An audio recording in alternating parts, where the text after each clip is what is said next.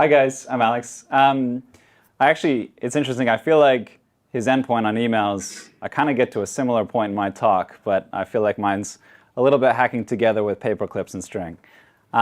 Before I get into it, I was just curious, who here does not know how to code? Okay. For the people that raise their hands, you're in luck. For the people that are more technical, hopefully you get something useful out of this as well. A bit of background on me. I'm an entrepreneur, an investor, and I don't have a programming background. I've always admired people that do. I've just really gone deep with this stuff and wanted to kind of share some of the things that I've taken from that, some of the things I've built and am building at the moment. So in general, I'm huge on productivity. I really like finding ways to make life more efficient. Some of the things that I've either built or I'm working on, one is a bot that knows my writing style and can reply to emails in the way that I would normally talk or I would normally write. The second is a tool that reads my emails and organizes them based on different folders depending on what's the content coming in. The third is one that picks out particular newsletters. I subscribe to lots of newsletters on different topics, and I get lots of content through that of different types. And so that has a store of my interests and checks the content against my interests and then gives me a daily report of what's most interesting to me. The next is a language tutor. I'm currently in the process of learning Chinese, and I want to find a way of learning that's relevant to me. So it takes my sent emails and picks out one sentence every few hours and tells me how to say that in Chinese, what are the key words out of that, and any interesting grammatical things that I should know about that. The next is I've got a store of my workouts as well as my schedule. And so then it just computes the difference between my workouts and schedule and gives me thoughts on what I should be doing next. And then the last is one that manages my calendar. And so, and I think what's interesting about this is you really don't need a detailed programming background or need to have a background in machine learning to build some of this stuff. The vast majority I've built with a combination of ChatGPT, Slack, or whatever your preferred chat interface is. And a couple of these examples I'll be using Telegram and Google Sheets. The one extra thing is I also use a tool called Make.com. And so if you don't know how to program, there's a couple automation tools out there that are incredibly useful. One is Zapier, which is very simple. Make.com is a little bit more complex because you can put together integrated flows of how you'd like things to work. And yeah, with that, this is MacGyver approved. So I wanted to get into what are the prompts that I use regularly, starting with the most simple one and kind of work up from there. So I want to take you on a journey of what's the most simple prompt that I use regularly. And that's emojis. I actually will throw content. I really get frustrated going through the menus of picking out the best emoji. So I throw content at ChatGPT and say, give me 5 emojis for this. And so I think what's interesting though here is every prompt that you give it, you can really think about it as a set of instructions and a set of input data, right? And so that's important because when you're using, essentially this is initial work, but I think when you're working with ChatGPT, I find myself continually repeating the instructions that I'm giving it. And instead of working and developing those instructions over time, which for me is repetitive, it's not very efficient, it's kind of a waste of time. So instead, I think the next layer that I've kind of got to was, well, can I bring ChatGPT into Sheets? And so if you're not aware, there's a couple tools that you can bring into your Google Sheets. One's called GPT for Work. The other one's called Sheet GPT. And these will effectively allow you to write a GPT prompt or a ChatGPT prompt directly within your Google Sheets. That's important for a couple reasons. One, you can then do calculations with other formulas that sit in your sheet. But two, more interestingly, it allows you to separate the instructions from the input data. And when you do that, you can really start to then work on your prompts over time so they become much more detailed, much more nuanced, and there's a lot of value to that. So same example, asking for emojis, this is what I get back. So that kind of leads me into the next bit of, for me, the second most, one of the other common things that I use ChatGPT for is essentially I might start an email, write a few lines, chuck it in ChatGPT, and very lazily say, improve this. And when I do that, this is what comes back. So this is an email where I was sending to an advisor about ideas about how to hedge currency within our business. And what comes back, I kind of want to vomit. Like, I trust this message finds you in good health and high spirits. It's like, it's robotic, it's empty. It doesn't really sound anything like me. So then I might tell it, hey, well, improve this, but use a casual tone. And then I might say, improve this, but use a casual tone, but use short sentences. And that kind of process went on and on for me as I kind of added more and more things. And eventually what I did was I just took 5 or 10 of the most recent emails that I've sent to people, put it in ChatGPT and said, hey, what are the guidelines or lessons that I could give to an LLM that would get you to speak more like me? And this is what came back. So essentially now I've got this really long detailed prompt that can sit within my Excel sheet, and I can run that every time I now want to improve an email. Also with that, as I can take anyone else's content and I can throw it in that and get it to sound like me. So if this is what ChatGPT produced, this is what my prompt reader GPT produced. So, hey Don, I hope you're well. With everything going on in the big picture, I want to protect against currency risks. Do you know any recommendations for brokers or services to use this? I pretty much could send that email. Like, I wouldn't need to change anything within it. So then the next thing for me was, okay, that's great, but how do I share that with my team? How do I get other people to engage with this and want to play with this tool, but not have them fiddling around and messing up these very detailed and nuanced prompts that I've built on the back end? And so that's where Make comes in. So this is Make.com. This is a typical thing you'll see. So basically what this does is it just says, takes, hey, Telegram message received, update the cell in D2, then take back the cell in D5, and then give that back to the user. And so putting that very simple chat interface and separating the user from the backend prompts gives me a very flexible playground with which to build interesting things that I can share with other people. And then those other people can then get the value from those detailed prompts that I'm building.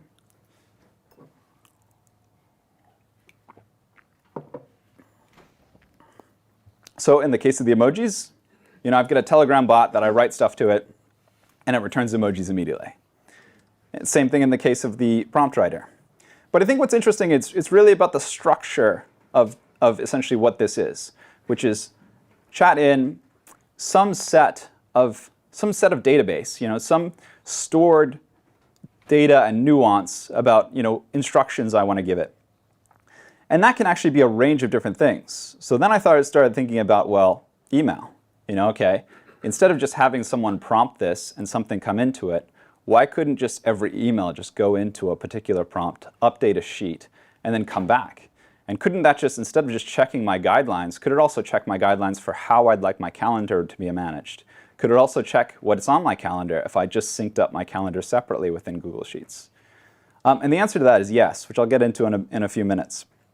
But also, if you think about there's many other data stores that we have in our life, and there's a lot of value from both taking this kind of all this data that's sitting around us, documenting it, putting in organized formats, and then also there's a lot of value in documenting our detailed and nuanced thought processes, which we've never really taken the time to write down, in the same way I talked about the prompt. So when I said, okay, if I want to do this and said, take that thing that it can write emails now like me and sound like me, could I just replace myself and have an EA that sits on top of my email, takes everything in, decides what's the best way to handle this, and then returns, puts an email draft in my folder. And so to do that, I basically set up a similar thing. This is very similar, where it's a webhook, parses out some of the excess text that you don't need, puts that into Google Sheets, and then takes out from Google Sheets the other answer. But before I got there, that kind of led me to another big finding, which is I think ChatGPT prompts can be used to be incredibly powerful categorization engines. In the same way that you might set up a bunch of rules. Well, to give you a bit of context, I subscribe to lots of newsletters, so I get lots of newsletters in my emails. I get relevant stuff that I need to reply to. And then I also get a lot of unsolicited just sales emails from people that I've never met or talked to. And you might be able to set a rule of saying, okay, block that email address, or avoid this. But I think it's actually much more interesting when you could use a conceptual diagram to then do that instead. And just say, ChatGPT, does this look like a sales email? Yes, no. If so, give me a number. So in this case, I got an email from someone at SalesMango. I hope no one here is at SalesMango. But if you were, I didn't read your email. And so that correctly categorizes this as a sales email. And I think using this kind of flexible tool, this kind of categorization engine, allows you to do other things with it. So here's another example. This is a guy who's emailing me to schedule some time. It correctly, using the same prompt, said this is something I should reply to. OK, so now I've got this categorization piece sitting on top of my email. And essentially I said, OK, if it's a sales email, put it in a separate folder that'll probably get deleted later. If it's a newsletter, send it to a separate Google Sheet where I've got that stored, and that's where I'm pulling out the interesting bits that I want in my daily report. And then if it's something I do need to reply to, update that particular sheet that I was just showing you guys. So again, using the categorization engine, I think actually what's interesting is I found that as I added different bits of prompts that I want to include into the prompt that I want to use, I was able to then put on top of that another kind of categorization prompt, which is just, OK, to reply to this email, what do you need access to? And there, this is that same email before asking me about scheduling some time, and simply asking it, OK, giving it multiple choice and what can it access to. It correctly says, OK, I need access to your calendar. And so then in Google Sheets, I can simply write a simple formula. If this is a 2, just pull in the cell that has my next 10 days of calendar. Because that's also synced up with the same sheet. So what comes back, and this is kind of hard to read, but essentially in here, I've got guidelines for how I'd like it to schedule meetings, how I'd like it to do these things. This is cut off, but in here, there's a long detail of what my calendar looks like. This is the incoming email.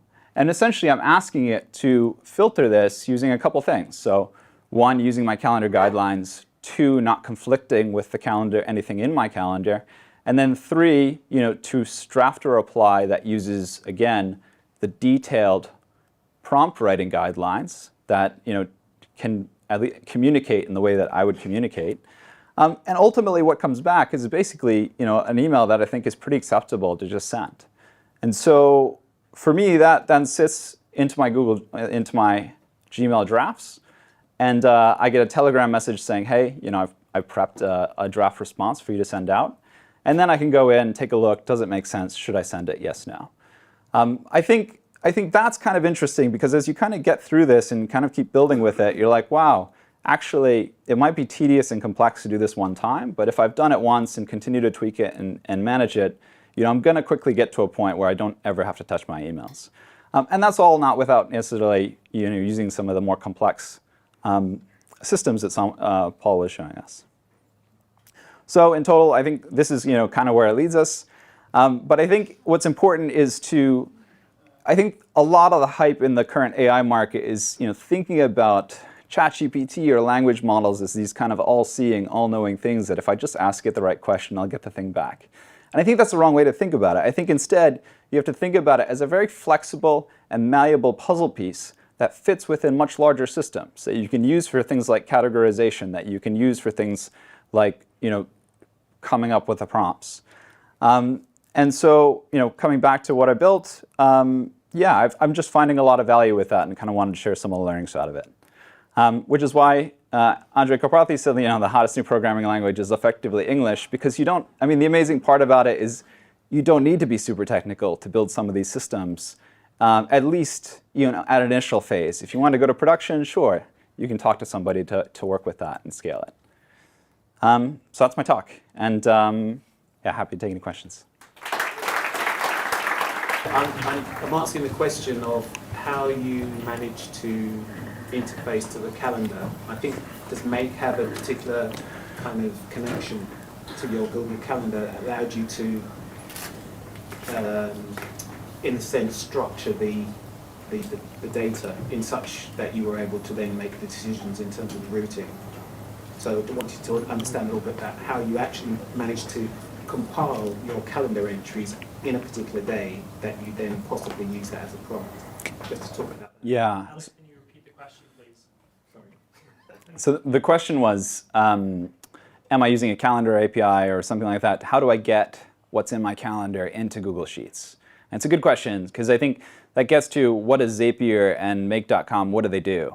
And effectively, they're tools where you can plug in access to any of your other apps or things that you use day to day. There's actually, both Make.com and Zapier have thousands of integrations that you can then click, search your favorite tool, trigger happens in this app, output happens in this app.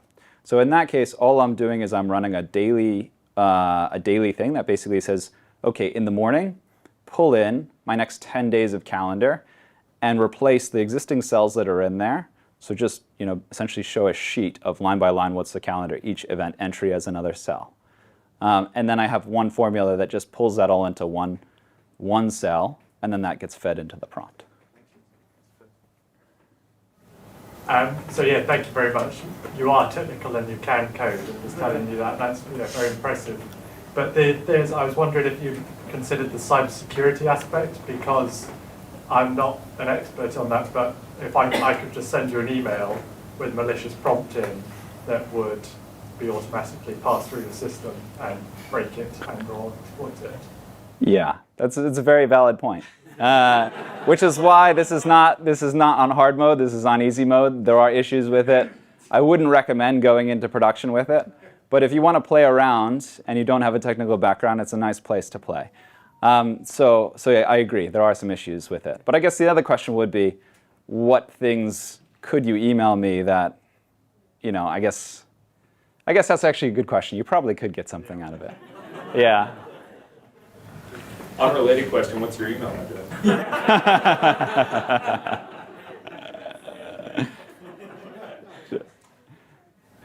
Thanks for that, that was brilliant.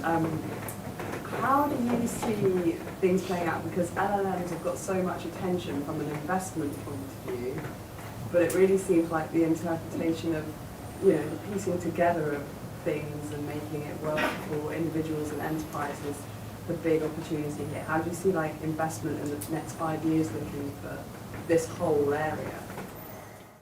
Yeah, I think the space is changing so quickly, which I think if you think about technical moats alone are really hard to sustain because people can kind of hack around and build things that are quite interesting and quite useful.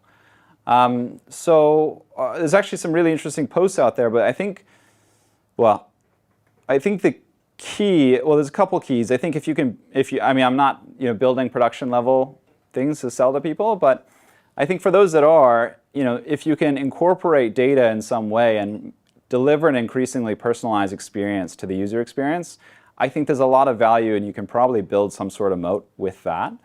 But I think a lot of the tools that are just tools that you use here and there, maybe the ones where you see, okay, I can create a video of myself or I can create an image of myself. I think it's really hard to defend those types of business models long term because it's moving so quickly. So yeah, if that answers your question. Nice. Yeah, straight off the back of what that gentleman said, you are an engineer. The thinking process to do that is amazing. But my question was around the first slide.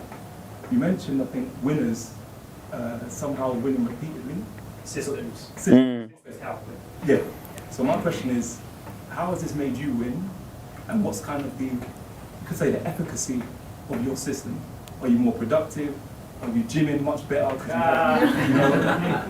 Let us know the effectiveness.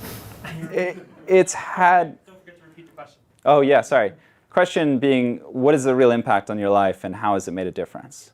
So that quote came from a guy, James Clear, and he talks, and it comes from a book, Atomic Habits, where he talks about if you want to build sustained habits, the key to doing so is figuring out what's the smallest possible component of that and then doing just that. And oftentimes he gives you the example of, okay, if you want to get in better shape, simply just track, did I go to the gym? Simply doing that alone, not actually going to the gym, makes a huge difference. And after I read that book, I incorporated a lot of those principles into my life. So I think it was 2019, that year I said, okay, this year I'm setting no goals for myself. I'm just setting a goal of tracking the metrics in my life that I care about. And then I created a chart and I kind of had my data and it was all just plugging together different apps and automating it. And what that led to was, essentially gradual and progressive improvement in what I was doing with a sense of compassion that I don't think you necessarily get if you just try and go on a diet plan, or if you just try and go to the gym and then you kind of don't sustain it for 2 weeks. But if you see actually, yeah, well, you know, my past 30-day average or my past 60-day average is better than it was 6 months ago. So you kind of progressively feel good about these things once you build a system of capturing that, getting perspective on it, and looking at it. So that actually has had a dramatic impact on my life in terms of my health, in terms of my sleep schedule, in terms of a lot of different factors, which I'd love to talk in more detail. But it's made a really big difference. So should we stop there? More questions after? Yeah, sure. Go on to I do have one last thing to share, which so one thing that we're working on, I've been collaborating with a Bay Area-based AI network. It's actually a global network now because they've got centers in both the Bay Area and in New York. And essentially, it's a community of builders who share events and collaborate. And so part of this is we have built an organized and automated tracker of AI events in London. And so for that, if you want to have access to it, I'm going to be posting it on my social media, which will link here. And yeah, essentially, the more people we can get this tool into people's hands, the more people share it, the more value it has for everybody. So yeah, if you want to just come talk to me and we'll connect. Thank you very much.